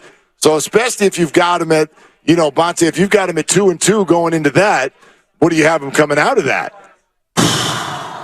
Because nobody wants to see this team be 3-5 again, and then have to boogie in the second half of the season. And then you're planning wild card games to the extra week. You may be on the road, no bye week. Oh yeah, there's something going on here. The roast is in the building, if you know what I mean. Roast is in the building, folks. Hide your kids. Yeah, a little Hide your kids a little bit. We're outside the building, so it's okay. It's legal. What's the question again? The next 4. The next 4. Pass. If they're 2-2 going into home to Dallas, at Cleveland, at Minnesota, home to Cincinnati, then where are they when they get to the bye after 8 games? Mr. Predictor, Shasky, what do you think? You're going to put them at 4-4? I think they're going to be 5-3. 4-4 is possible. Wow. 4-4 is possible. The Kirk Cousins Bowl could be something on Monday Night Football. Cincinnati with Burrow. Where is that game? In Minnesota. Monday Night Football. Yeah. I got the Niners at 5-3. I go 5-3. I'll play it safe. But 4-4, I could see that happening. What do you think? I don't even know where I'm coaching next week, so I'm not going to go that far down. We go into quadrants. We don't need to go down the entire schedule of when they're going to have losses. Like, you said they started what last year? 3-4. They were and what were they the year before that? 3-5 the year before. And where did they end up? But Joe, nobody wants to give somebody the ball with 3 minutes to go in the fourth quarter of week 17 and say we got to go get a touchdown in order to make the playoffs. This team should not be in the spot that team was in 2 years ago. I mean, look, at the end of the day, like, we're probably all going to lose our minds if they lose week 1 to Pittsburgh. But week 1 is always a 2-week swing anyway. It always feels that way. Right. You lose, it feels like the sky is falling. Right. You win, you feel like you're never going to lose again. I don't know. Look, that's a tough schedule, no doubt about it. If they're above 500 after 8 weeks, they're right where they need to be. Yeah, not for home field advantage, though. Well, home field advantage is so hard. It's so hard to get. Like, you got to have a magical season now to get home field advantage. I will say this, for those who look at what Purdy did at the end of last year, we were talking about it before we even got to Thanksgiving about the lack of travel that the 49ers had. Even their road games were so close. Right. They went to Vegas, and everything was, Seattle. And so that was a relatively rested and a team that got some luck, a schedule break, and they go on a run and win all the games. If they go into the bye this year at that 3-5 or 4-4, listen to what has to happen still in the second half of the year. Man. There's road trips to Jacksonville and Seattle and Philadelphia and Washington and home games against the Baltimore Ravens. Like, damn, man. You are not going to get that break this year. And those games are not back-to-back. There's no Greenbrier unless you want to go there between Cleveland and Minnesota.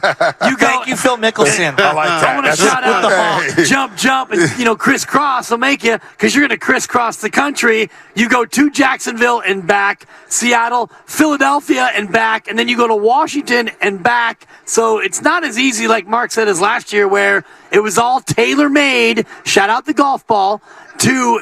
That's a fool. I'm borrowing. I'm using too much of your stuff right now. Great. But this year it's going to be a lot more travel. It's going to be a lot tougher in the second half. Did you sign a deal with Golf Mart when I didn't know about? Yeah, just chew it and do it. It'll be Youngstown, Ohio this year. Youngstown, Ohio this year, because you got Cleveland, Minnesota. Willard, I got 13-4. So you go to Ohio. Everything you just said, I put it through the Guru computer. I got 13-4. I would take the under on that. That's asking We a almost lot. made a bet today. 12.5 was the number. I like 11. I like 12. I like 11. I like 12. Yeah. I like 11 and 6. I but like 11. Boy, that 3-game stretch where you have to play Seattle, Philadelphia, and in Seattle, Again, it's going to take a lot out of this football team. Yep. Not to mention Jacksonville. Ooh, that schedule is But you tough. guys know this. Things happen. Like last year, heading into the year, you had no idea Jalen Hurts was going to take a quantum leap forward. Sure. We had no idea Kyler was going to go down in the second half of the season. And Geno Smith, nobody saw that coming as an MVP They wrote me candidate. off. Exactly. Well, We didn't know Purdy would show up. All right, so let's talk about that. Let's talk about that. Brock Purdy, what do you think it's going to look like this year? Give me 25, 12, 3,500 yards and stay healthy. That'd be an amazing year. That'd be right up there with Jimmy G's 2019 year in terms of, efficiency and staying on the field. Because I think the number one question now is like, is it real? Can he sustain? Can he stay healthy? If he did what we think he can do, 25, 12, 3,500, they're probably winning 11, 12 games. Stay healthy is the number one thing. I mean, I think if that happens, if he plays north of 15 games, I think it's going to be pretty hard to see the 49ers not in a pretty good spot. But what do you think? What are you expecting him to look like this year? I don't know what the numbers look like, whether it's 30 touchdown passes, 25, 20. I don't know. He's not going to turn the ball over much. He showed that last year. Now, there were some Jimmy O-No throws mixed in, but the key number to me was 32.5. And that was the points per game they averaged with Brock Purdy under center. Yep. And that was with Christian McCaffrey, George Kittle. Remember, Debo missed a couple games. He missed the Raider game, missed the Commanders game, and they still were throwing up 37, 38 points. So can they average as an offense 30 points a game? And I think that's a good barometer to see where Purdy's at. If they're averaging close to 30 a game, that means Purdy is throwing close to 4,000 yards and close to 30 touchdowns or running in another 7 or whatnot. So I think he improves off of last year with these weapons. What are your expectations? I think you got to get closer to 4,000 yards. I mean, 3,500 yards is only 205 yards a game. To me, that's You're winning 210 in the fourth quarter, and you're running the ball. Right, but Joe Montana averaged 220 for his career. How's the pizza, Joe? You chew off Okay. talk. No, it's Great. fantastic. I'm sitting on the slice. All right, what if we said this? What if we said this? Obviously, Trey Rick Pitino Lance. You offense guru. talk all week. How about that? Trey had 5 quarters, but outside of that, it was Jimmy Garoppolo and Brock Purdy last year, and it was a 13-4 team that felt like an offensive juggernaut at the end, right? Yeah. Combine Jimmy's passing yards and Brock's passing yards, and you get about 3,800. Okay. So this whole you got to get to 4,000.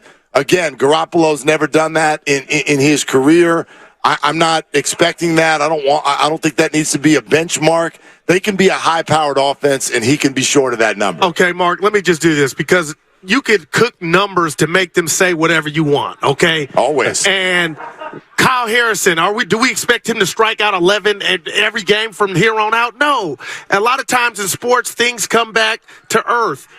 The fact that Brock Purdy can say to anybody listening, I have not lost a game that I have started and finished. And, oh, by the way, 2 of those were against one of arguably the best defense with Dallas in the league.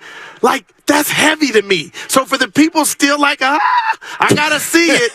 The fact that this dude is undefeated on any game that he's finished, that's heavy. That's insane. And to me, that means something. Steiny, what do you think? The one thing we haven't talked about, and people will get mad at this, but if you look at last year's schedule, the 49ers schedule, it was a joke. It was a joke. And I get it. You can only play the teams in your schedule. Chicago, Denver. Okay, they own the Rams. Carolina. They lose to Atlanta, Kansas City.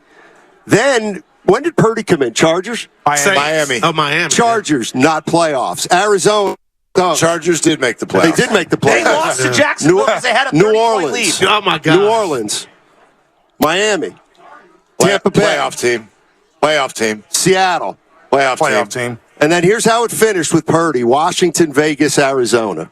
No, you're not wrong. So it's an easier schedule than they've got this year by far. Exactly. Oh, that's all I'm saying. So factor that in when you're looking at a record, that it isn't it's a pretty good schedule. What do you think he's going to look like? I think he's going to look essentially the same, but the highs will be a little higher and the lows will be a little lower. Huh. What do you mean by that? I mean, he's going to have a few more big plays because he's going to feel a little more freedom. But I think he's going to make some mistakes and he's going to throw some interceptions that maybe would have been interceptions last year. And it's going to come down to when it happens, what game it happens in, and how often it happens in that particular game. Steiny, can I ask the $1 million question that everyone's thinking? Do we think Sam Darnold is going to play games this year? Yes. Who said it, Coy? I said I put the over-under at 2.5 starting quarterbacks for the team. And I think that there's legitimate money on the over. He shakes his head, but if you look, that's too high. I don't. Then last year's going to repeat itself. Put it in the cap. I mean, I'm not trying to wish injury on these guys, but PTSD. Brock Purdy's already had 3 injuries, 2 of which caused him to be limited. 1 knocked him out for 6 months. Sam Darnold, we know, has seen ghosts. So, are you expecting him to come in and just hit the ground running? I'm putting the over-under. If I put the over-under at 1.5 quarterbacks to start, we'd all take the over. That's out there. I think Darnold will get a start or 2. I do. Not because of just performance. I think that just stuff happens in the Mahomes missed games. 17 games is a lot. I would put the over-under at 2. If I put it at 2.5, you're all going under, and it would be heavily juiced. Well, the other thing is if they're 11-1 and they beat Philly, I guess, or 10-1, they beat Philly, and now all of a sudden they're 13-1. Maybe you start Darnold when you have home field clinched or something like that. Yeah, that's possible too. I mean, how many teams last year in the NFL played 3 quarterbacks and removed the ones that did it by choice? You know what I mean? Like teams that are like cycling through. Tua got hurt. Miami, Arizona, though. They had injuries. Well, Kyler got hurt. Calamari got hurt. And the other guy. Baltimore. Baltimore. Team lost quarterbacks. I remember the kid who made the Pro Bowl. The point is it's a hell of a lot more rare than not. It's a hell of a lot more rare than not. So the idea that the 49ers are going to need to do it again, if that happens again, then I don't even know what the conversation sounds like. On the other side, Willard, I need to know, am I the only one worried about Jennifer Lee Chan's tweet about possible arm fatigue? Well, what was that yesterday? It's scary. It's scary for real. What happened today? That hadn't been reported yet. I hadn't heard. What happened today? No, yesterday he practiced at, 3/4 speed or whatever it was. He's on a pitch count. After a game. He's on a pitch count. Now that Trey's gone, he's mailing it in. That's how I live my life. Time to panic. Jeez. All right. Coming up next, as we are at Fieldwork Brewing Company in San Ramon. This is the Red and Gold Summit. Steiny needs to go to the restroom, so we're going to take a moment. But coming up next, who's the breakout player for the 49ers this year? Wow. That's next on 95.7 The Game. I like it. The Expendables are back. This is going to be fun. Get ready for it.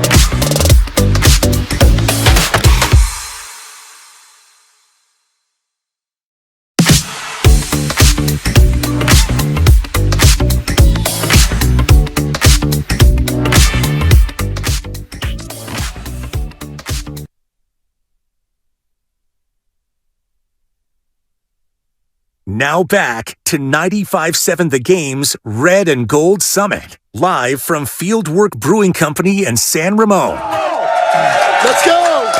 Come on! Yeah! Come on! Yeah! Let's go! Let's go, baby! I want to go back to the playoffs. San Ramon in the house! Yeah! Hey, for real. Yeah. For real. Each and every one of you. Look at him! Give yourselves a round of applause. Look at this turnout. Yeah! Look at Filmo with 2 beers. Look at Filmo, him. put it down. Filmo, double fist. Not double 2 fist. chains, 2 beers. Look at you. They don't want me to be two or something else. Hey, how many of you all are with us on YouTube every day? Give yourselves. Thank you. Thank you. So much fun. So much fun. Thanks We for appreciate trolling you. us. Exactly. Thank you for upsetting us every single minute of the day. We I will appreciate call you out.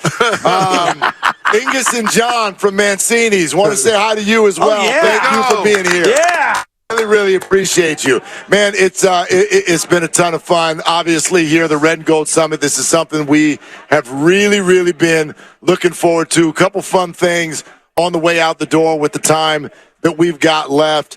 Who do you think is the eyebrow raiser? Who's the breakout player for the 49ers this year? Shasky, what do you got? Oh, my God. You went to me first. I did.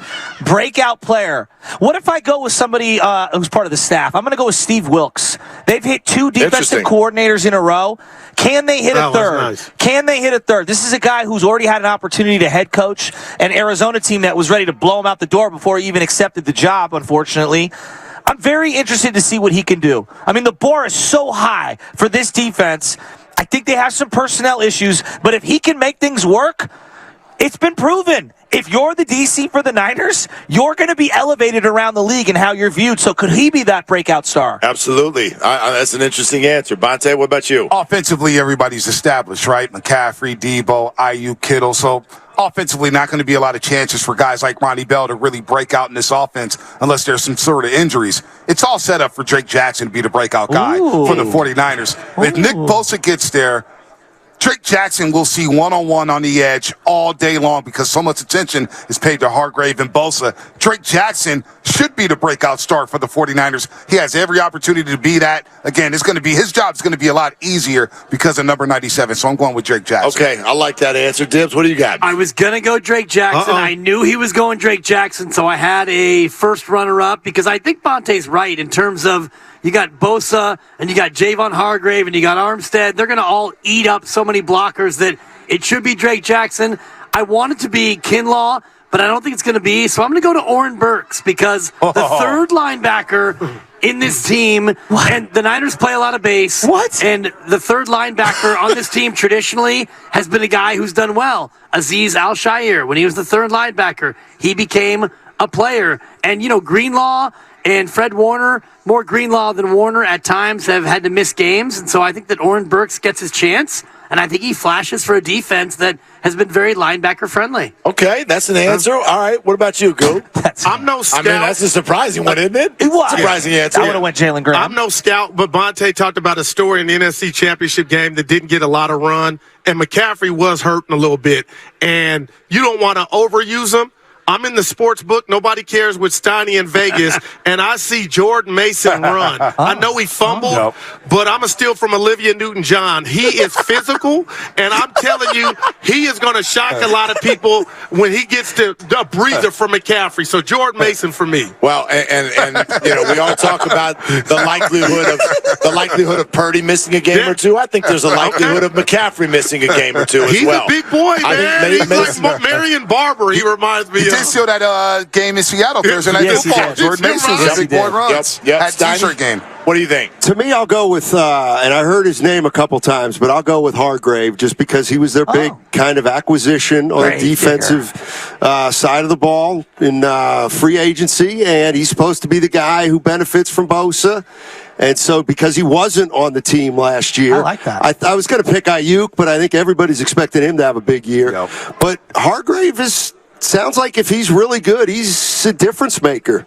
Yeah, I think if he's really good. What about and I know the path to the field is not evident necessarily yet, but I love everything I've seen and more so everything I've heard from the guys and the camp buzz about Jair Brown. I think he could end up being a very interesting player. Again, I don't want to forecast a breakout for someone that in many ways you might take an injury, might take something to get him a whole lot of time, but I think that has a great chance to be a really good pick for the 49ers. Well, Hufanga's already banged up. Yeah, I know. His knee injury serious, so Jair Brown may be playing a lot already. Jair Brown, they may call on him right away. Yeah, absolutely. Are we not going to talk about, or nobody cares, I don't want to worry everybody, but the field goal kicking situation for the Niners? I really care. Pittsburgh, could you imagine and you can't blame Kyle for the guys getting hurt? Well, he's going to get blamed if you use a third-round pick on someone that, like it may. I would say my big thing on the kicker thing, it might end up being a blessing in disguise because Zane got hurt. Moody was not looking ready. He barely made that one. He looked totally wobbly. And so what may end up happening, my guess is the 49ers are either going to trade for or sign or someone, a different kicker who's going to at least be a placeholder early in the season. And if that person kicks the ball through the goalpost a few times, everything's fine. Are we worried about anyone having a down year? Last year, Deebo Samuel had a down year.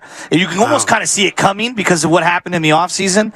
Is there any player? I'm not trying to put that out there. What? Brock Purdy. Oh, that's a great one. Thank you. Wow. That's a great one. Yeah. If he regresses, wouldn't want to be Kyle Shanahan. Yeah. Wow. I was going to go George Kittle, but Brock Purdy's... He just came through my mind. Because George Kittle's been, he's again got hurt at the beginning of the camp. And I'm going, he's gotten dinged up a lot. He plays a physical brand of football, and he's due a lot of money moving forward. The one to me in that same vein, Joe, is Trent Williams. Because already we've got questions about the right tackle. Colton McKivitz. I hadn't considered that. We hope that McKivitz is going to come in and be... And you know what? McGlinchey got way more shade than he deserved. And we'll see how much people miss McGlinchey, depending on how McKivitz plays. But if Trent Williams goes out, then all of a sudden we got different issues with this team. I was never going to pay $50 million for Mike McGlinchey. Right, but I think in that same vein, a lot of us cast aspersions on the way he played. There's one thing to not want to pay him $50 million. It's another thing to say that he wasn't very good. He was very good in the run game. He was league average. In the run game, he was elite. In the pass game, he was below average. But, I was looking at their guard play. They let Laken Tomlinson go, and I thought that was a bad move. And that ended up being, stupid by me to even assume that because I thought that Burford and Banks were really good last year. Willard, let me ask you this. I think they've earned the benefit of the doubt on that decision. And I asked Steiny, but quickly, has Bosa put on a pair of pads? He's at the 24-hour fitness working out. Okay, he's got a great body. But I'm just saying, have you put on pads? Who's that character? I don't know. That's scary to me, and you're going to play in cold weather? It's going to be hot. I don't think it's going to be cold. It's going to be 96. It's going to be cold. Weatherman over here. He did say it was going to be hot. The Bosas have a couple of reputations. Oh, man. And their reputations are A, stubborn. Yeah. And B, lower extremities. They are always in shape and ready to go. And C, they have a tendency to get hurt all the time. Tissue. So there you go. Have you noticed that you say that about every single player in the NFL? How many times has Nick Bosa been hurt to the point where he had to miss years? Do you see me? College, and pro. You know who has a tendency to get hurt? Facts. NFL players. They have a tendency to get hurt. Thank you for the nod. You got to stop pinning that on people, man. Nick Bosa is missing camp, and we're going to expect him to come in and don't miss a snap, Nick, because you work out all the time. No, but do you at least notice about, and I mean this to everybody, notice about yourselves, with certain players you blame them for their injuries, and other players we call it dumb luck. We do that. I don't blame him. I just point out that he has been hurt over the course of his life. Like a lot of 49er players. Who hasn't? Brandon Ayuk. Yeah. Okay. First year he dealt with some injuries. What about his injuries? He had hurt feelings last year in the doghouse. Warner hasn't gotten hurt. No, Warner's gotten hurt. The question is, there's something in the water in Santa Clara because the Niners they got hurt in the playoffs. I know, but he's never missed a game. But they've been doing more injuries at the quarterback and running back position than any other team. That Brock hasn't either. I know, but it feels that way. I know. Yeah, it feels that way. It feels that way because they're the really, really, really good players. They're the really, really important ones. I mean, it's the NFL. Yeah. I mean, George Kittle, we don't blame him. He's hurt every year. No one ever says a word about it. We blame Jimmy for that. Jimmy's injury prone. Trey Lance Why and did you Brock. throw it so high? Trey and Brock aren't, but Jimmy is. Jimmy got George hurt, and then he got himself hurt. Exactly. There you go. Exactly. He almost got What did you guys make Go ahead. What did you make of the Jimmy sound today? It's incredible every time I hear it. He's an absolute baby. man. Get out of town, Why? dude. He handled He that. feels like he was done wrong. Maybe he's just telling the truth. And there you go. course he Because is. a lot of people threw a lot of shade at Jimmy when he was here. And what if he's not including the only head one that coaches. feels that way, Willard? How many articles Michael Silver wrote about Jimmy being benched or Shanahan not liking him? I think. Where is Jimmy? I think it'd be wild to think that somebody who got fired from their job would not be upset about it. Yeah, but he didn't get fired. He got demoted and then had to hang around. Yeah. Like it was like a variety of insults to his ego professionally. And looking back on it, I know that I was a very vocal anti-Jimmy guy at times, poking holes in him. And I feel like I look back in retrospect and it's like, you know what? He was a very good 49er. And I feel bad that I was as harsh as I was because you don't realize how important he is till he's not on your team. Hey, one more time, everybody who's sitting here right now. Thank you so much. Thank you so much. Don't forget our guy Golf. And for real, Bonta, Joe, Steiny, Goo, thank you guys So for your Willard double Dibs, duty. we're expecting you guys to come in between 6 and 8 We're tomorrow. ready. We're ready. No. Payback. Not tomorrow. Not tomorrow. But sometime for sure. All right. Hey, if you're listening, or those of you here on your way home, you want to hear some more of this. Brought to you by Fremont Bank, full service banking, no compromises. The full Red and Gold Summit will be replayed, hosted by our own Mark Grandy. He will kind of bring you through it a little bit, but the whole thing will be replayed. Those last 2 hours are coming up here again next. So thank you again to all of you. Thank you, Fieldwork. Yeah. Thank you, Fieldwork Brewing Company. Hell yeah. Guru, I need one more cliche on the way out the door. You got one? You got one? One more bar. You're going to hit the road, Jack, like Ray Charles. Come on, like do something. And like that, he's gone. Oh, man. I had nothing. Bomb spaghetti. All right. Even For Bonta and Joe, for Steiny, Goo, for Dibs, for Matt, for everybody here, Whitley, thank you all very much. The Red and Gold Summit on 95.7 The Game.